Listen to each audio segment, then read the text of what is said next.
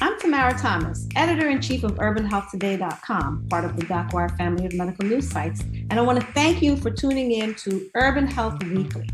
Our goal each week is to keep you informed of the latest in health and medical news right from today's headlines. It's time to empower yourself with open conversations about your medical care with news that matters to you. So are you ready? Let's get started.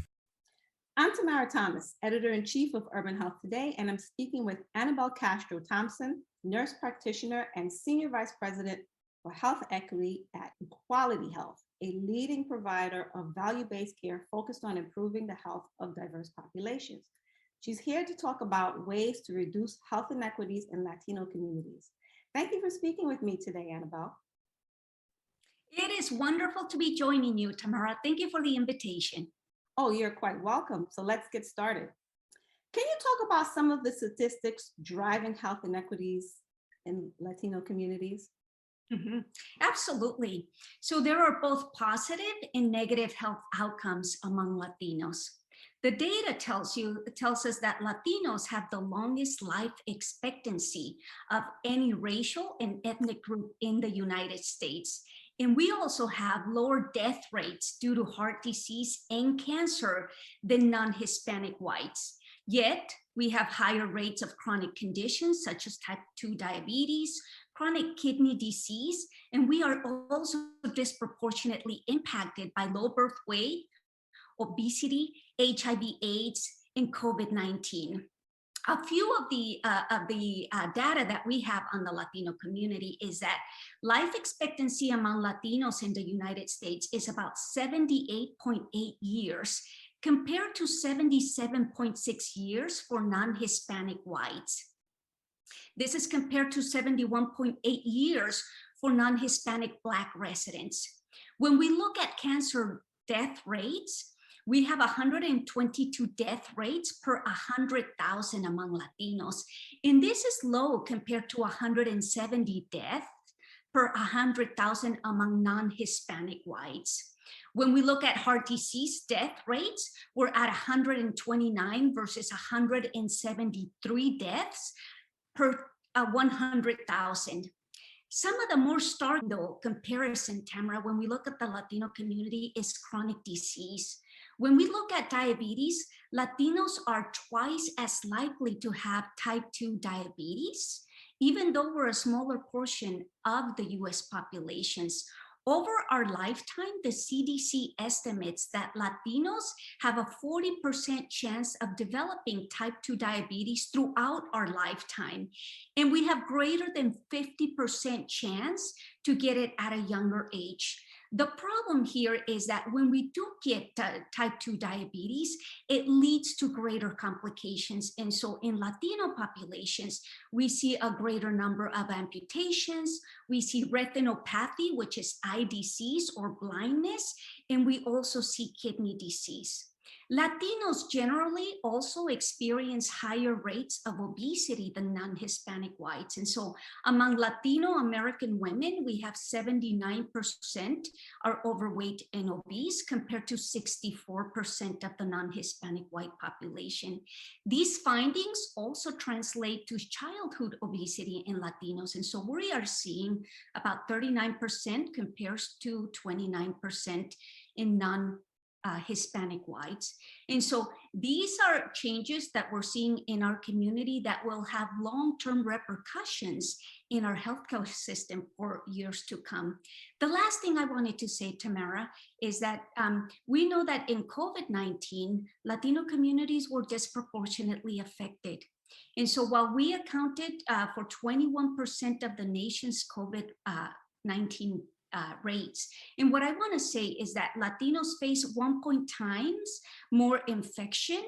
We had 2.3 times more risk of hospitalization and 1.8 times the risk of death from COVID-19. And this is data from the CDC. And so we know that Latinos have a preponderancy of chronic disease. And when we look at pandemic and the forces around the pandemic, we know that Latinos were highly impacted. Wow. Well, before I get to my next question, when you talk about Latinos, the Latino community is made up of three major types. You've got the Indigenous, European, and African. So are you referring to any one particular group in your work, or does your work cover all three groups? So far from being a monolithic community, the Latino community is very heterogenic. When I talk about Latino community, Tamara, I am talking about people from all aspects. And so diversity in terms of country of origin and race. Most of the Latinos that we have, for example, in places where we do business, equality health, which is Arizona and Texas, majority is of Mexican descent, and we could say this is of European white descent. However, a lesser number is from Central American, and many of them from Central American do self-identify as Afro-Latinos. We also know that in the Latino community, there's great variability as to who is a US citizen. About 80% of Latinos are US citizen, and about 33% of Latino community is foreign born. When we also talk about Latino community at Equality Health, we're talking about a great variability in fluency. So among the Latino subgroups that reside in the mainland United States, so not counting Puerto Rico, about 71% of us Latinos speak another language other than English at home, and 28% of us feel like we're very fluent in English language. And so I'm talking about a very heterogenic community that makes up the greater Latino community here in the United States. So you've laid out a lot of data points with regards to the Latino community.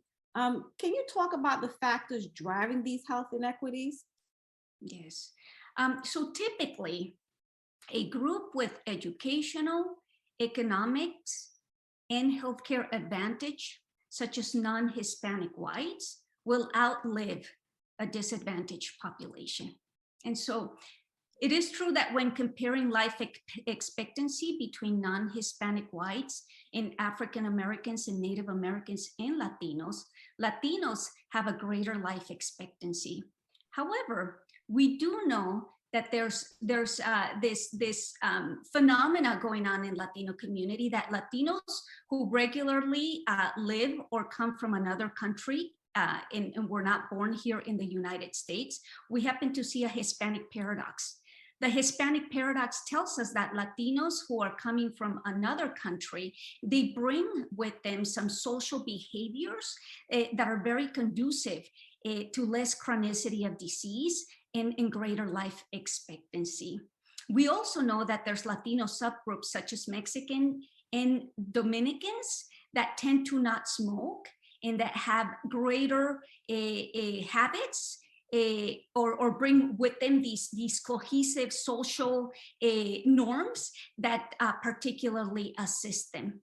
But the disparities that we see in the Hispanic community are more known and are known to come into effect from what we now have called the social determinants of health. The social determinants of health, Tamara, says that a population needs specific things around their encounter in their community, in their environment, to have greater health. Because it is known that the zip code and where you reside can have an impact on your health. The research indicates that a person's length and quality of life and overall health status is actually dependent on things outside factors of our normal healthcare environment. And so what I'm talking about is, we're talking about factors such as housing, income, educational attainment, employment. Do you have access to healthy foods? Do you have access to transportations?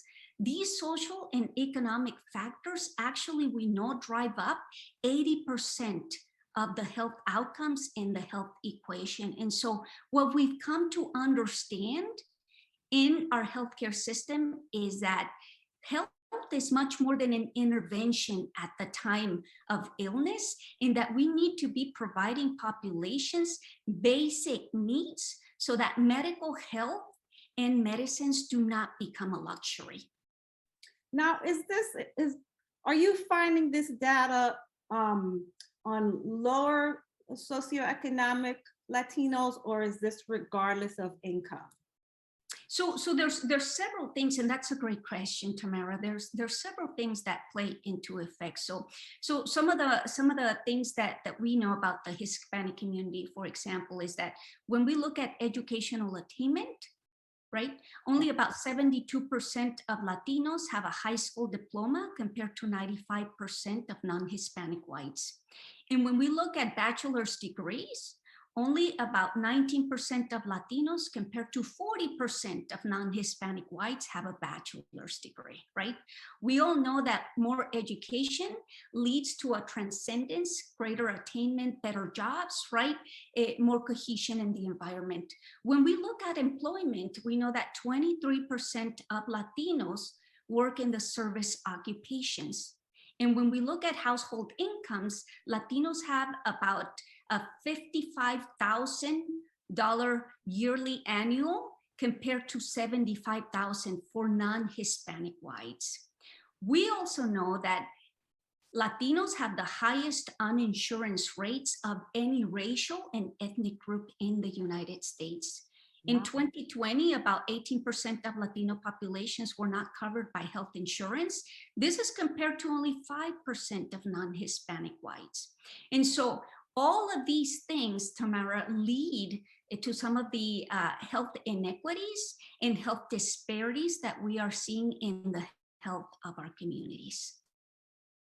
As Latinos become second and third generation Americans, do you see any changes in these disparities one way or the other? We do. I spoke a little bit about the Hispanic Paradox, right? And how we found out that Latinos that come from other countries and were not US born have a greater life expectancy and lesser chronicity of disease. And so foreign-born Latinos have better health outcomes when compared to US-born Latinos. So for instance, they have fewer chronic conditions, they have less depression, lower mortality rates. However, we see that the longer that they stay in the United States, or with greater generations that come in the United States, Latinos start adopting risk behaviors. And so these are risk behaviors such as tobacco, alcohol, substance use disorder. We tend to turn more physically inactive, and we also tend to maintain less of a healthy diet. In another thing that we happen to see is that the social cohesion, the close-knit ethnic communities that we have in other countries falls apart here. So it is not to say that it's inevitable that the health disparities that we see in Latino communities in future generations will grow. This is just to say that there are many individuals, researchers, communities, and healthcare practitioners that are working to understand why is it that health disparities are prominent in Latinos, and how do we improve health equity? How do we take, Tamara, some of these positive social factors that we see in Latino communities, and how do we embed them and understand them so that it brings lesser health disparities? One of the things that I will say, for example, I used to work in the hospice arena. I was a nurse practitioner for hospice and palliative care. When you look at hospice and palliative care, Latinos are underrepresented. When you look at nursing homes, Latinos are underrepresented in nursing homes and even in skilled nursing facilities. And so we tend to take care of the elderly. We tend to keep them at home. We tend to surround them with multi-generational households. And these have tremendous positive influences on the lives and the quality of life of people. You know, going back to the Hispanic paradox and social behaviors, which is really important.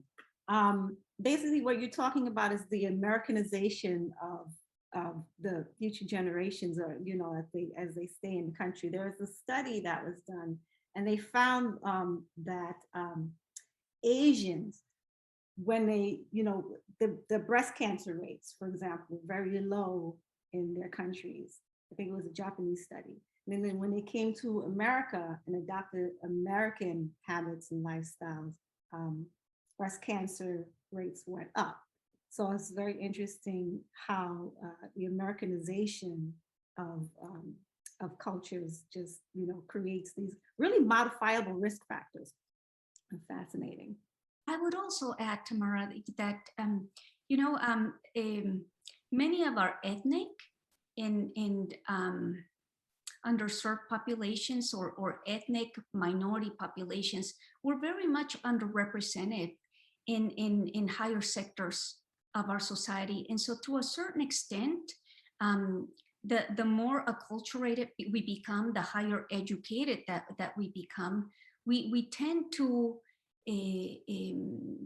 live in environments where you don't see yourself represented as much. You can deal oftentimes with racism or discrimination and stress. And so we know that these factors have deep repercussions on the health being of individuals. And so something else to take into account, this is also a social determinant of health that's very well documented in the literature. So in your article, you come up with detailed steps for healthcare providers to help identify these disparities. Can you talk about these steps? Yes. So it is important that if the healthcare system has come to understand that the social determinants of health are so important and that we need to ensure that we connect patients to these resources, then that we have a proactive and systematic way of making sure that we are assessing and addressing the social determinants of health. One of the things that I've always said is clinicians recognize that this type of information is important, but they can't begin to assess patients' needs and certainly refer them until they know the problems that are prevalent in the populations that they serve. So I put together 3 different steps, Tamara, that I think should be ingrained in every healthcare system, in every hospital, and in every provider practice. Providers need to be assessing for SDOH, for the social determinants of health. And we have some great tools in our country that can help us get this information. One of the ways that I recommend that they do it so that it doesn't disrupt a provider's visit is that it can ideally be collected pre-visit or while the patient is waiting in the patient room. Once you collect this information, then you can make it easy for these patients to be connected to resources. It is important, however, that we recognize that some people have health literacy issues. And as I stated previously, much of the Latino population speaks Spanish fluently. And so we have to make sure that for Latino populations, if we're going to be assessing for the social determinants of health, that we make these tools available in their language. So that was step 1. We need to find a way to routinely assess for patients, whether it's done at every visit or maybe once a year. The second thing is that if you get the data, learn to analyze it. And the importance about analyzing the data is to be able to understand the challenges that face Latino patients so that you can connect them. A patient that has housing insecurity, for example, or doesn't have stable housing and is a diabetic and is on insulin will not have the ability to refrigerate their insulin. And if the insulin is not refrigerated, it can be wasted, it can go bad. So it is important to understand the social factors of patients and connect them. If we learn to evaluate the data, then we can make decisions about where investment and allocation of resources should be done.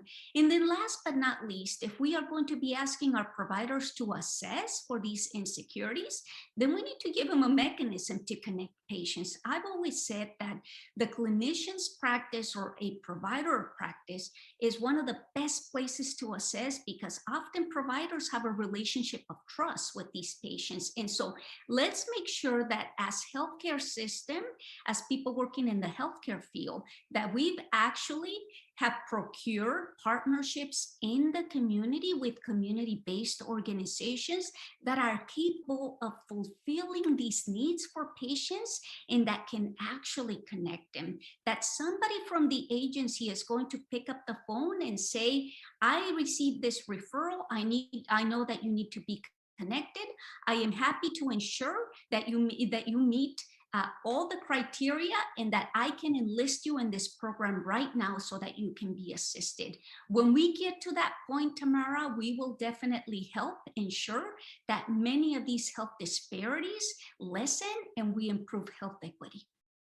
Well, let's all assume that the data can be collected from the community to begin with, right? Do you see any challenges with this approach? So a patient may not see the immediate value in completing, a survey when they're in the waiting room and in pain, right? Or if they resort to emergency care, which often happens because they don't make it to, say, a primary care physician. Do you see any challenges to this approach? Many, many. One of the things that we find is that oftentimes patients don't want to fill out this information. The great preponderance of patients will fill it out because it's being given in a trusting environment when they're in front of the physicians, but others don't want to. One of the things that we see in Latino and ethnic underserved minority populations is that it's oftentimes shameful and difficult to admit that you're incapable of providing for your family. Latinos pride themselves in being able to provide better opportunities for their loved ones. And so oftentimes we're re-traumatizing patients and asking them. One of the best questions that we have in the tool that we use at Equality Health, Tamara, is at the bottom. We've actually asked patients, do you want to be connected? Right? Because if you're filling this information just because we're asking, but you're not seeking a connection, then there's no need to engage the patient. We need to be engaging the patients, and we need to do it in a sensible way. It needs to be action-oriented, and it needs to be in an assistive way. The other thing that we find is that providers oftentimes are bogged down with regulation and compliance and all these things that they have to do in the practice. And so our providers, if we want them to assess for social determinants of health, we need to be incentivizing them to a certain extent. And we need to help them get the operational efficiencies that they need in the practice in order to be able to achieve this. And then lastly, what I will say, one of the other barriers is that many, as you mentioned, many Latinos don't have health insurance and they lack a medical home. And so they don't have an established provider, right? We just said that SDOH is probably one of the best places to assess it in the practice. And so we need to ensure that community-based organizations and that other businesses in the community have also started doing SDOH assessment, and that we give them the capabilities that once they assess, they can also collaborate and connect patients. I am a firm believer that the Latino community spends 90% of their time in community and only engage the healthcare system when necessary. And so when we think about social well-being and social health, it needs to be routed in community because community is touching these members, these patients every day, and there's great ways to do it. I'm just curious, do you, just from a cultural competence perspective, do you see any value, and you don't have to agree with this, I'm just wondering, do you see any value in ensuring that the providers look like and speak like the people that they are serving? Just because you talked about, for example, the shame of, having to admit that you can't provide for your family, for example, in the way that you feel that you should. If you're speaking to somebody who is from your culture, you probably would be more apt to talk about that as opposed to someone who's from a completely different culture and would have no idea what you're talking about, well-meaning though they may be. Can you talk about that a little? So cultural congruent care, which means that you have a patient and a provider of the same culture. So you not only speak the language literally, but you also speak the culture figuratively, has been shown to lead to greater patient satisfaction, greater continuity of care, less use of ER visits, and it leads to greater behavior modification. So the outcomes when you have a provider and a patient of the same culture are well documented. The number one problem that we see, Tamara, is that our providers do not mirror communities served. You talked in one of your previous podcasts about the small number of minority ethnic providers that are graduating and enrolling, right, in medical school and in nurse practitioner school and in PA school. And so our communities are being served by providers that don't look like them and don't sound like them. And so it's very important to be lifting the competencies of these providers so that they begin to understand not just how to be aware of cultural differences, but how do you provide culturally relevant care, culturally effective care in your practice? What does that look like? How do you embed trust and respect in a personal approach? And how do you show a warm bedside manner, right? And more importantly, how do you do shared decision making? Because Latinos and other ethnic minority groups do share decision making. So it's not just the patient making the decisions, it's the entire family. And so at Equality Health, we're teaching our providers, this is how you do it tactically in the practice, and these are the types of things that you should do to better serve your patients so that it leads to greater trust, better quality and outcomes. Wow, that's great. I'm glad to hear that you're teaching them how to do this so that there's an awareness that, okay, there are things that I might not be aware of that I should be aware of so that I can better serve this population and help them and be effective. Now, is there any money allocated or available to fund these types of public health initiatives? There is. Fortunately, the recognition, right, that health is much more than an intervention at the time of illness is staying relevant, and everyone is talking about it. CMS is talking about it.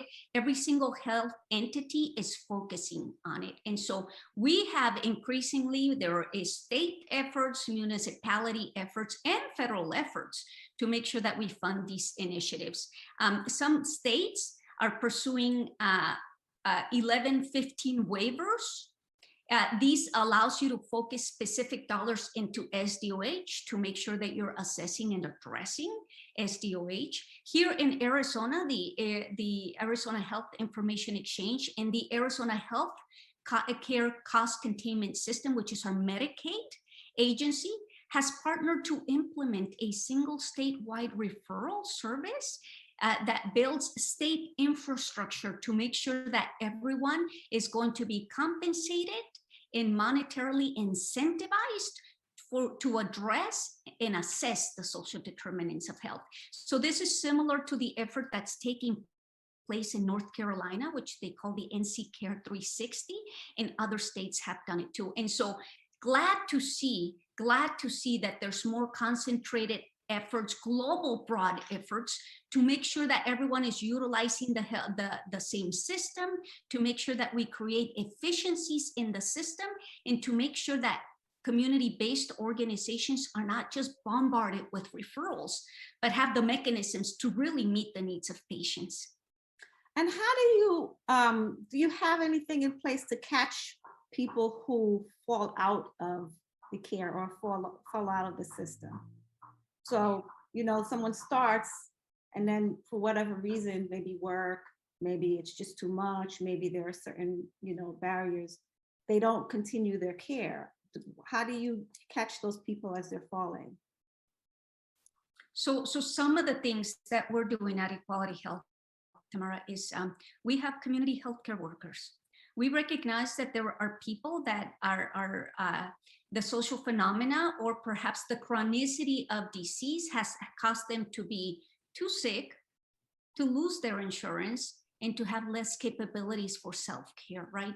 And so our community healthcare workers can go visit this patient at home that perhaps doesn't have transportation or perhaps can't get to a provider practice, right? To make sure that we're giving the care in a setting that's acceptable to them, conducive to them, and then that we can help them connect them to the social resources that they need. More and more, people are utilizing, or providers and healthcare systems are utilizing promotoras in the Latino community.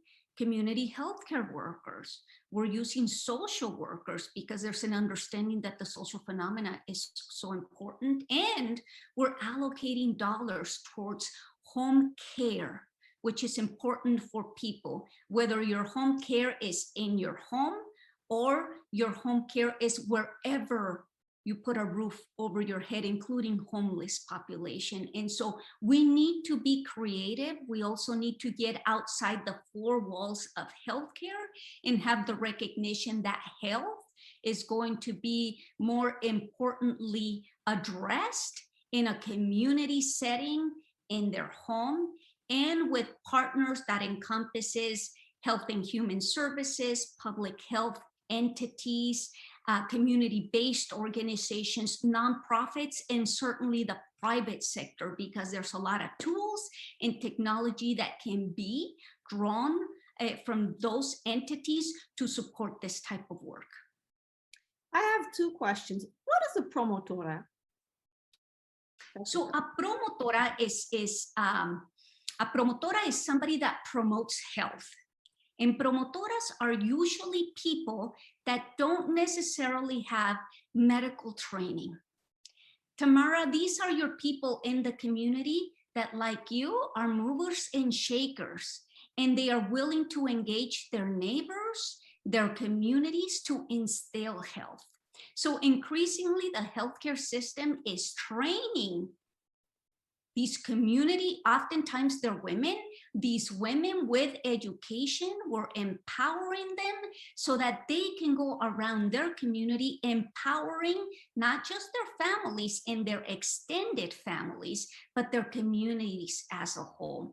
As a system, we're beginning to find ways to compensate their efforts, which is very important because the literature shows us that these women have tremendous influence and can definitely improve healthcare disparities and improve healthcare outcomes. And my second question is, going back to the patient who fell through the cracks that we're trying to catch. So patient sees the doctor because they're having pain or they're having a chronic pain issue. They see the doctor. They don't feel quite comfortable with the doctor for whatever reason. They decide, I'm not going to go back to this doctor. He doesn't get me or she doesn't get me. And they decide to just deal with it.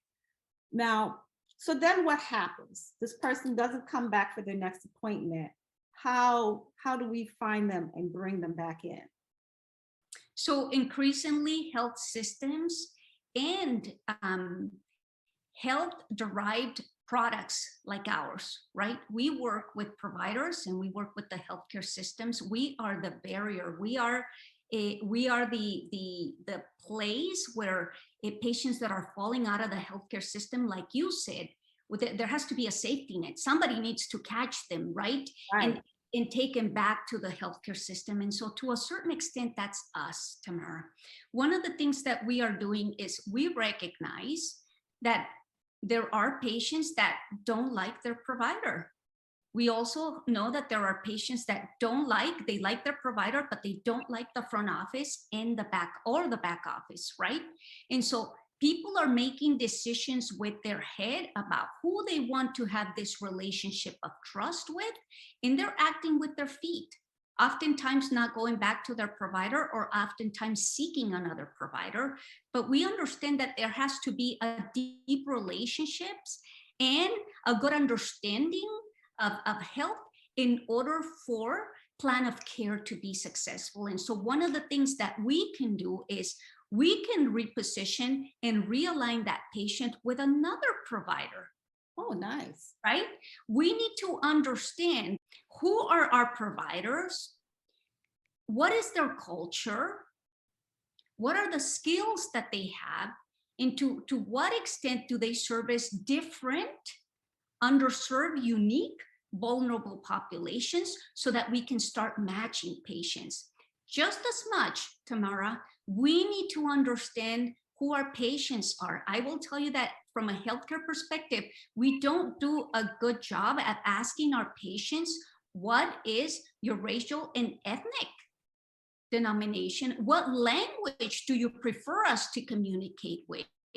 Is it just you, Anabell, or is there somebody else in your family that we should also be communicating with? Because they are going to be able to support you through this journey. And so more and more, we need to be asking those questions. We need to learn trauma-informed care. We need to learn motivational interviewing, which is skills that we have in healthcare, and we need to start applying them. We know, Tamara, that the typical visit in the United States lasts only 9 minutes. Right. And so we need to teach our providers how do they function in this very fast-paced environment. But more importantly, if it's fast, let's give them tools, technology, operational efficiency so that they can do it better. And let's help them understand from a cultural perspective, how can you change the dynamics in your practice so when a patient walks in, it feels more inclusive, more respectful, more personable, and it leads to a greater relationship and better outcomes. And how do they provide, I would imagine that health literacy has to be a big part of this push as well, because if they don't understand the severity of the condition or the disease they have, they're still not going to follow through, right? Doesn't matter how, wonderful the safety net is that you have set up for them. So can you talk about that a little in terms of educating, and raising awareness in patients? Yep. So one of the things that we have in medicine is motivational interviewing, Tamara. You start asking questions that lead you to understand from what perspective does this patient have understanding about the disease process, and leads you to the types of questions that you need to be answering for these patients. Another thing that I want to say, Tamara, is I talked about shared decision-making and how the social connectivity for Latinos is very strong. Right, yes. Oftentimes, us Latinos walk into a practice with a group of people, right? Or somebody comes with me. Why? Because they're going to advocate for me, because they're going to be supportive of my journey, right? And because it's important for me to have them there. Oftentimes what we see in healthcare is that the provider, the office brings back the patient, but not the family members. And what I often teach my providers is, you just lost a very valuable opportunity, because guess what? When the patient gets home, that family is still going to influence that patient, but now because you didn't take the time to educate them and to tell them how they can be supportive of the patient, they're still going to do it, but now they don't have the right information. And so we need to make sure that we incorporate the family members, the people that can help you, the advocates, the support systems that we see in families. It might take you a little bit longer the first times that the patient comes in, but in the end, this is going to bring really good dynamics to the disease management, and often the patient improves. So things that we need to be looking at from a health literacy perspective and from a support perspective. So you're teaching providers then, hey, somebody comes in with somebody, ask them if they want the person to come into the room with them. Don't just assume that they want their privacy or worry about HIPAA. Just ask them if they want the person. Yes, Tamara, it's well documented in the literature, at least for Latinos, versus a Caucasian patient exhibits independence, autonomy, self-determination. My patients in hospice, Tamara, could tell me their disease process, their failed therapies, and what they wanted for end of life. My Latino patients at end of life oftentimes knew nothing about their disease process because the family had sheltered them from that information. And so it was the family that was telling me about the trajectory and what they wanted to see at end of life for their loved one, because they thought it was cruel for the patient to know. And so it's well documented in the literature that Latinos, we do shared decision-making, in that there's a certain sense of paternalism in the healthcare system, meaning I want to take care of my loved one. I am going to often shield them from the disease process, or to the extent of the disease process that we can, because we think that this will yield better outcomes. And so it is important to have an understanding culturally about what you're dealing with. Wow, that's fantastic. So what would you say your success rate is in terms of bringing people into the fold and making sure for successful outcomes? We are very successful, Tamara. We have been able to see that the rate of ER visits has diminished. Nice. The rate of unmerited hospitalizations have decreased. The ability of patients to seek preventive health or preventive services has increased. We're talking about child well visits, adult well visits. And so we have shown that when you insert focus on cultural relevant care, right? Providing care through the lens of culture. And when you start addressing the social determinants of health, the social needs of the patients, we get better outcomes. You know, speaking about child well visits, we all know that COVID saw a marked decrease in childhood vaccinations. How have you dealt with bringing children back to getting their regularly scheduled vaccinations?